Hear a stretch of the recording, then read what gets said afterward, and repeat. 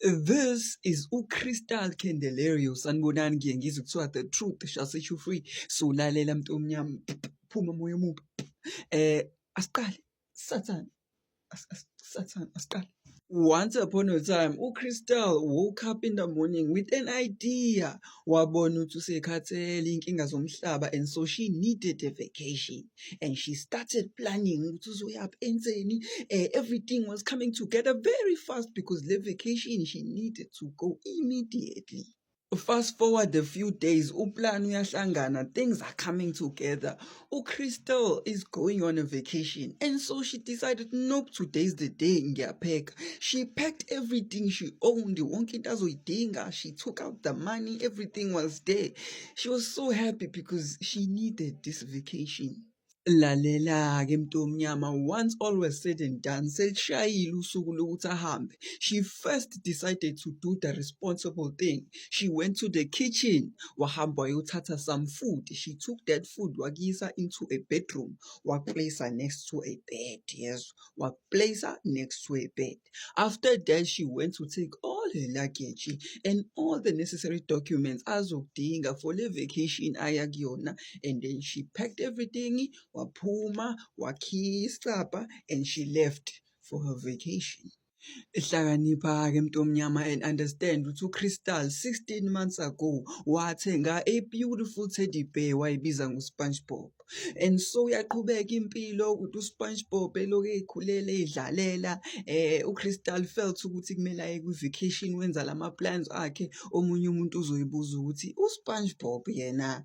After days of traveling, finally uCrystal wafika ku-location number 1, her first destination, Detroit. Wafika eDetroit, wancebeleka kwamnandi, she had fun, she was walking near the sea, she booked a place azohlala kuyona, she had fun, enjoying herself, na enjoyment. Back home, it has been 3 days, SpongeBob uyidlalele yedwa, there's no one endlini. SpongeBob uyedwa nje. There's no one endlini. Ekhalela uSpongeBob eyivukela uyayilalela, there's no one.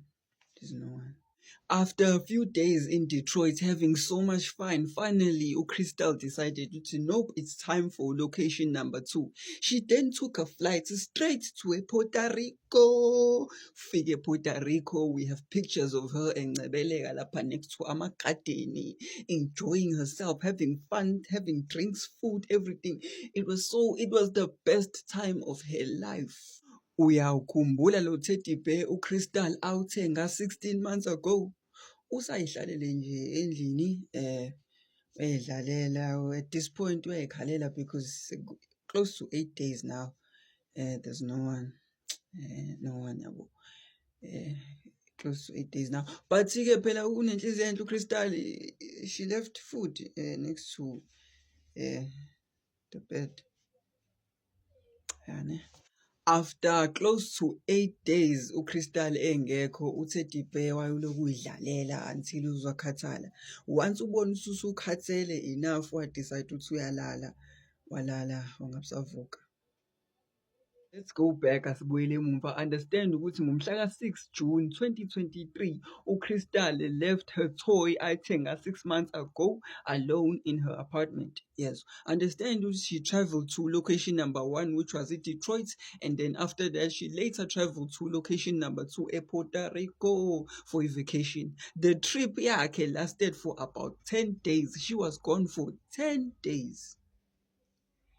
During her entire trip, last 10 days, her toy teddy bear ayithenga 16 months ago was left alone. Understand ukuthi why she were in her room, in her bed.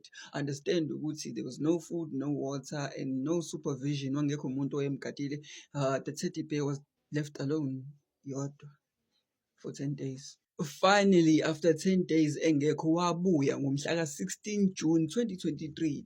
When she came home, she opened the house, wathi uyafica uTeddy Bear wakhe ulele, and ukhathela uvuke.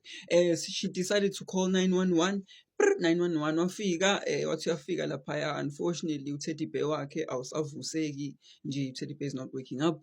And so amaphoyisa immediately decided ukuthi nope, siyakubopha wena, bambopha. Reports revealed that Teddy Bear was extremely dehydrated. There was severe negligence.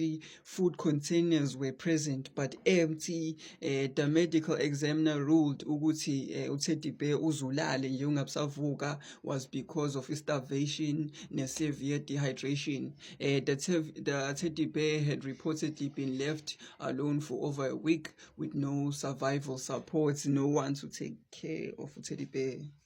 So uCrystal is in court right now, and according to the documents, she is pleading uthi wonke umuntu awenza amaphutha. She made a mistake. She just needed a break, and she's asking all mothers out there across the world to sympathize with her and help her with struggle yakhe to fight the case. Ngobani all mothers understand ukuthi wonke umuntu awenza amaphutha, I guess.